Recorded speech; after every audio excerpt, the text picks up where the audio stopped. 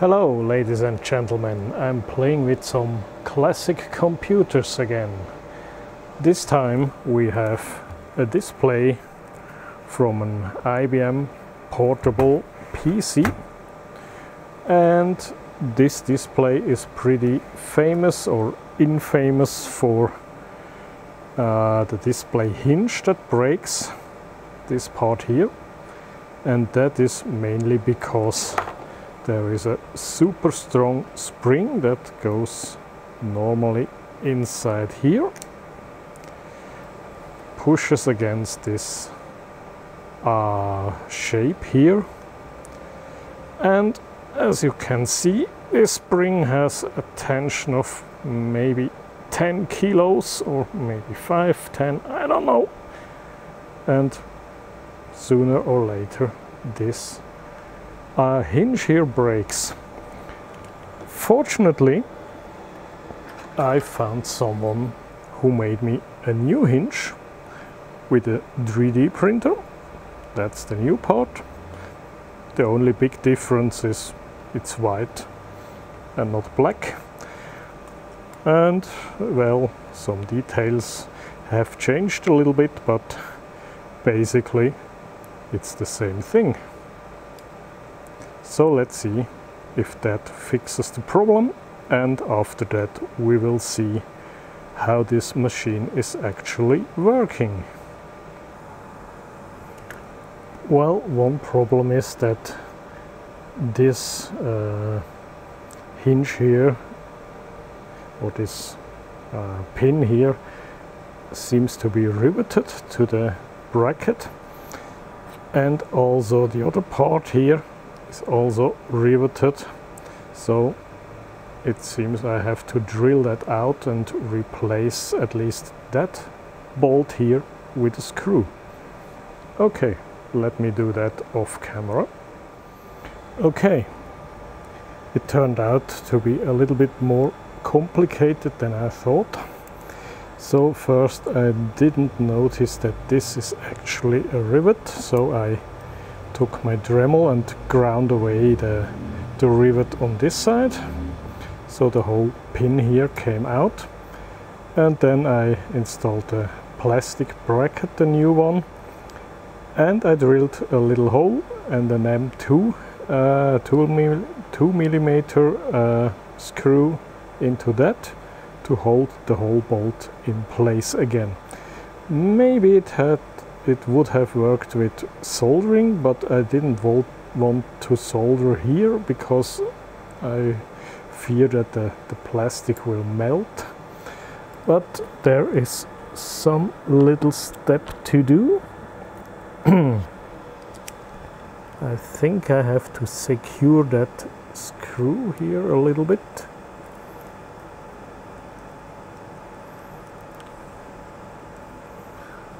There's also a tiny little washer, and I'm using a completely improper screw secure material. It's from a Fiat car. It's just paint, but with screws of this size, paint will do its job.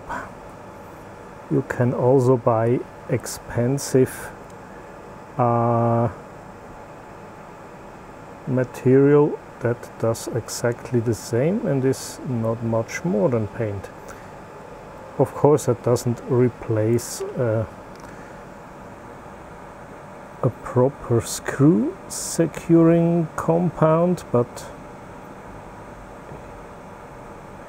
the problem is it makes a mess, but any product would create the same mess. Okay, now it's going in.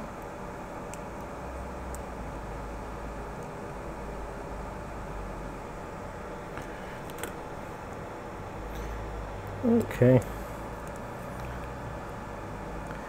let's give it a little bit more. That should do the job. Okay, then I took out the other bolt here. That was relatively easy. I ground it away with the Dremel from this side.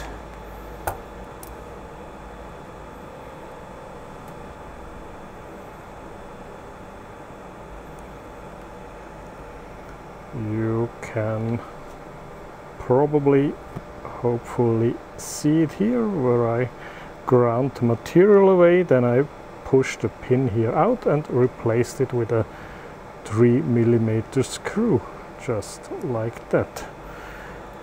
And I'm doing the same trick here.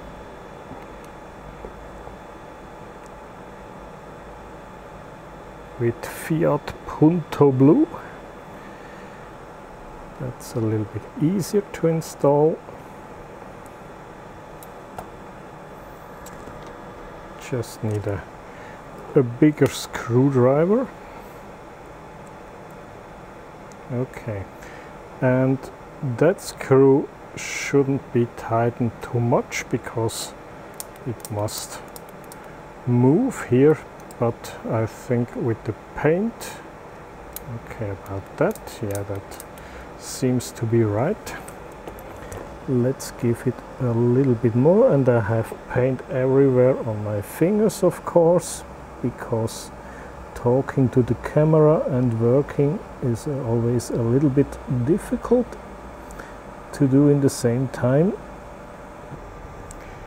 Okay, next step would be to install this metal part here that pushes against this shape here and makes the screen, or it holds the screen in this open position, and then you see how it moves back when the screen is folded in. I'm a little bit worried about this spring here because it's extremely strong. So I placed a 10 kilogram weight on it and it compressed a little bit. So I'd say it's probably a 20 kilo spring here, and I don't know if this new 3D part here is actually strong or as strong as the original, or maybe it's stronger, I don't know, but I think I will cut this spring a little bit down to, well, make it a little bit easier for this joint here. And here I am again. I cut away about 1.5 turns of this spring here, and now it moves very easily, maybe a little bit too weak for keeping the screen in position, but I'm not planning to use this computer anymore, so I'm happy if it doesn't fall apart. The bracket is held with only 2 screws on each side, so let's put them in. One goes here,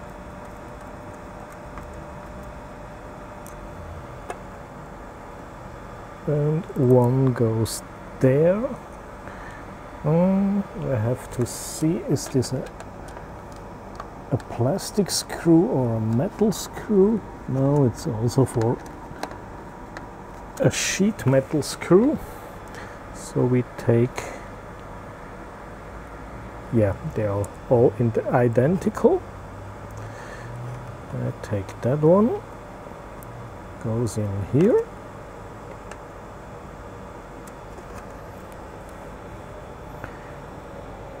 And we can also see, or maybe you have to believe me, that the screw and the nut doesn't obstruct anything. There's a lot of free room between the hinge and the display panel, so that works fine. Okay. Yes, there's a clip here that holds the display in position when it's closed. That snaps in. Wonderful. The other side.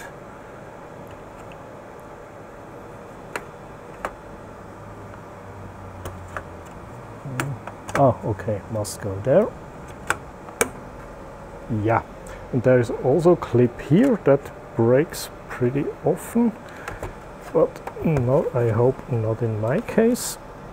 So, but I have to open that again. So there's you first have to unlock it here, and then it will snap or unlock here. So that is held in place. Then you flip the display out and it unlocks. Okay. So, and then there is this bar here.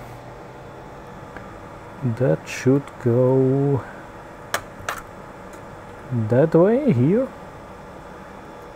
into these plastic parts. Oops, left and right. That makes sure that both hinges open simultaneously. Okay, even that works fine with the 3D part. Okay, let's get the computer. It's already some time since I took that apart. I hope I remember everything.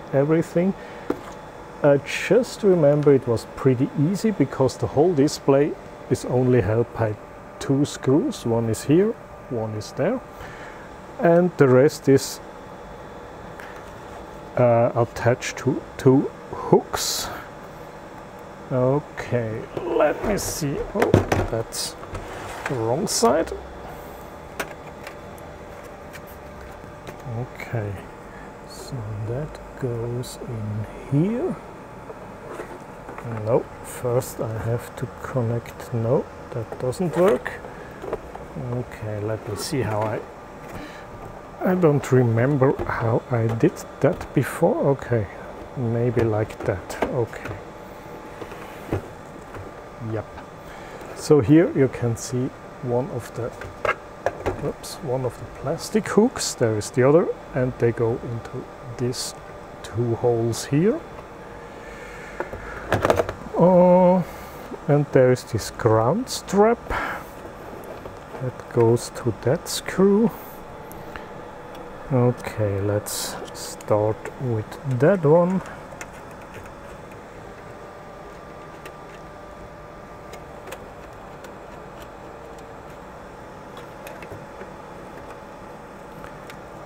Okay. I don't want to lose any screw or washer inside the computer. That would be pretty tricky to get that back. Okay. So there is the power connector that goes here, hopefully. Yes. And that's the data connector for the display. Goes here with all that screen around. Yes, that's fine. And then there is this protection cover. I think that goes like that. Yes. We need 2 more of these plastic self-tapping screws. Although, oops, that was close to breaking. Didn't sound very well. So you should try to find the original thread so you don't have to cut a new one. Oh, that is brittle as hell, so don't over tighten that. Okay, now it goes in, probably, hopefully like that, and you can't see what I'm doing.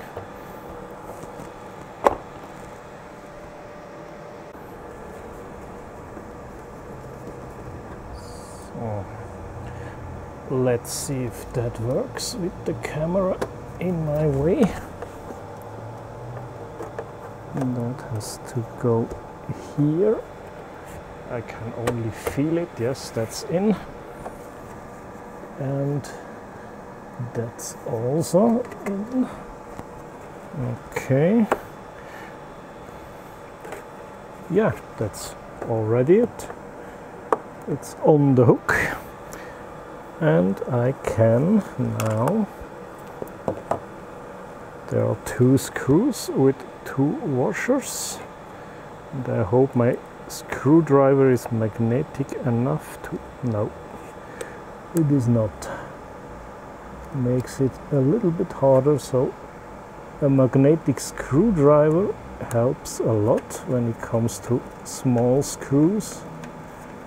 Okay, that is 1. And here comes screw number 2. Hopefully it will work as well. Okay.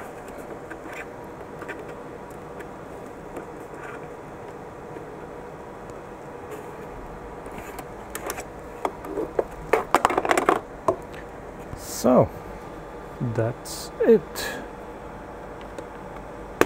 Ooh. Okay. And now let's see how well the new joint, the new hinge works. There's a button. Well, it's not really a button, it's just a mark.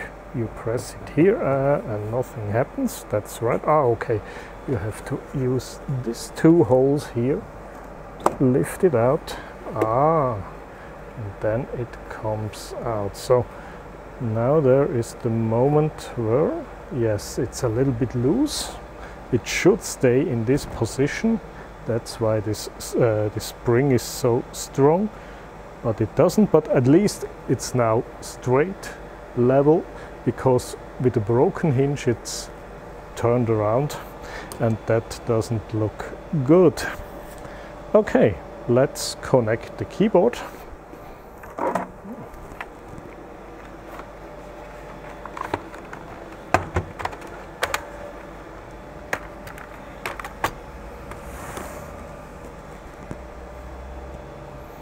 So that's the keyboard connector, pretty weird one.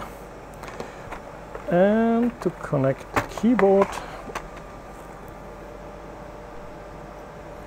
I have to zoom out a little bit. You have to fold down that one, and it goes in here. Okay, and here is it. The IBM Personal System -2 in its full beauty, in its full rectangular boxy beauty. Let's see how it works. I must admit there is one button, one handle, one latch broken. So normally it goes like that. You unlock the keyboard, you fold it down, you take it away, you slide these parts out, you move that down, and you have a perfect stand for your keyboard. Now a little attention to detail. If it's in the store position, you see this notch here. That goes into the power button or the power switch. It's an actual switch here. And if you forget to turn off your computer and you close your keyboard, it will turn that switch off. You hear that? Okay, that's it.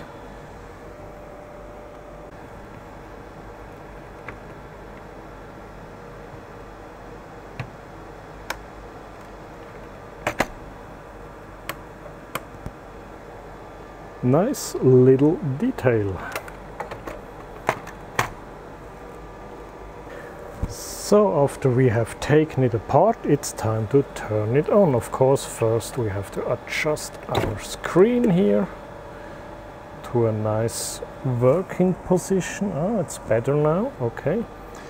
And don't forget, we also have a floppy drive that comes out by pushing on in this area here. Folds in, folds out. You can access floppy, eject button. Okay, let's give it some current. Another detail here on the back side, all the openings were connectors, or yeah, connectors are hidden behind these sliding doors.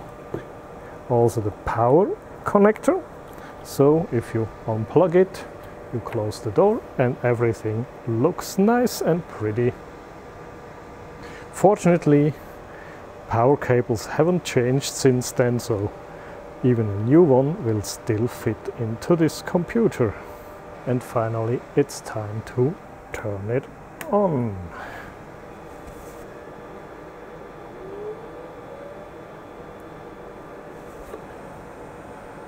Ah, that's the hard drive that starts spinning, and we get a little bit something on the display. It has 5 megabytes, 6, 7, oh wow, 8 megabytes. That's pretty much for that time. Normal computers had maybe 1 or not even that. Windows 95, yeah, that's great. On this orange plasma screen, and you see it flickering perhaps. That's the camera, that's not the screen. The screen is perfect. Let's see if I can change the... no, that doesn't work. So you have to believe me, the screen doesn't flicker like that. You see also there is the hard drive light going on. That's the light for the floppy drive when it's reading or writing. So let's see what Windows 95 can do for us. And I just noticed that I forgot to plug in the mouse with the Personal System 2 plug. That's this one here, the PS2. That means Personal System. So Windows complains there is no mouse. Yes, okay. Let me correct that. Unfortunately, a PS2 mouse cannot plug in while the computer is working, so it's not a hot plug feature like USB or something. The other thing is you can't close that door anymore. So what do we have? There is a parallel port, I think it's that one, and the serial port with a large connector, this one, and that I assume is some for an external monitor. It looks a little bit like the old Apple video connector, but I'm not sure. I have to check the manual for that. So I guess this can be open too. Yes, there are also 2 expansion slots. Let me zoom out a little bit. So we have an Ethernet card here with the AUI connector and a RJ45 connector, and this is a SCSI interface here. That's a SCSI terminator. We don't need that for working now, but yeah. Okay, so mouse is connected. Let's see if Windows is happy now. Oh, I see, it's even Windows 95 Plus. Is that Plus? Okay. Yeah, it takes a while because The hard drive is slow, the processor is slow. It has enough RAM, of course, but yeah, that's it. Windows will be started.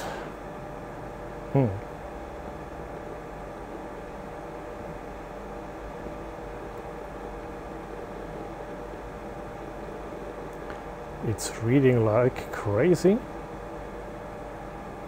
Well, it's a huge operating system.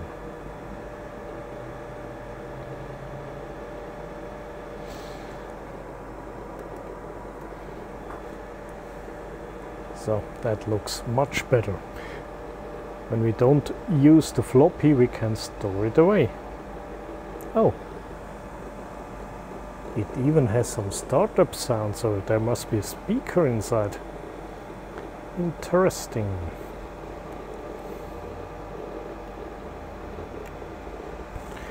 Okay, we have Word. Okay. We have our files. Internet. What internet do we have?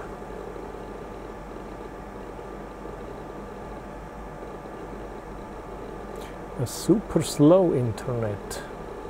Internet setup assistant. No, thank you. I don't want to do that now.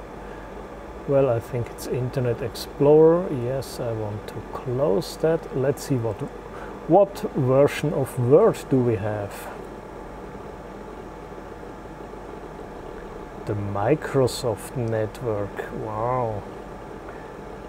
Okay, Word also takes a while to start. But I'm already happy that this machine works. Well, I knew it worked because I tried it before I took everything apart, but it still works, and that's also a good sign. Okay, well, Word for Windows 95 version 7.0 from 1995. Yeah, that's about it. Yeah, it's Windows 95, so it's copyright 95. Even if perhaps it just came out in 96, but well, whatever. Yeah, it's not the fastest machine. Did I say that before? Maybe.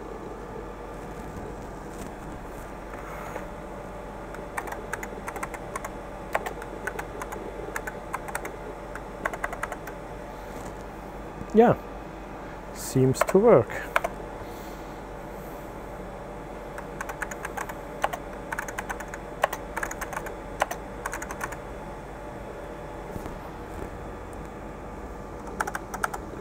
Okay, Windows 95.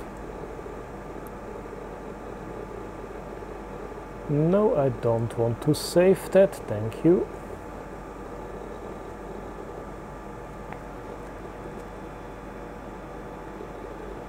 Okay, and we already have our first little crash. Word has crashed. Okay, because I didn't want to save, maybe. We have where are the accessories?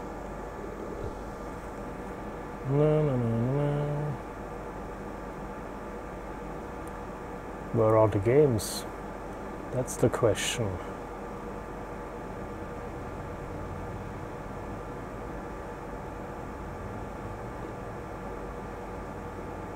Oh, here. Accessories. Paint. No games. Oh, here. Spiele. Games. Yes.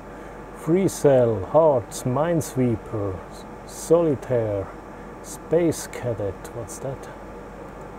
What is Space Cadet? It sounds like a space. Ah, it's a pinball game. Okay.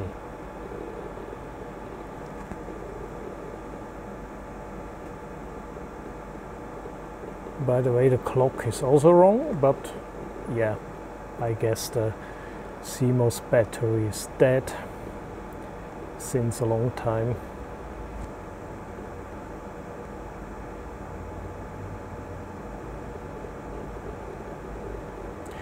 At least mouse is working.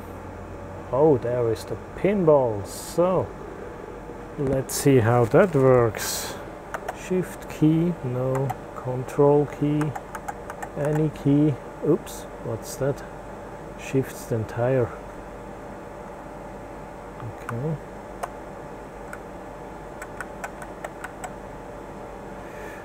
Well, in fact, I must admit I don't know which key does fire the ball.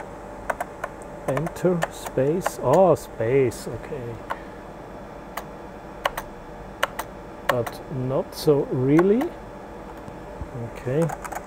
What keys trigger the pedals? None. No. Thank you. Okay. That's maybe something for another video. Let's close that.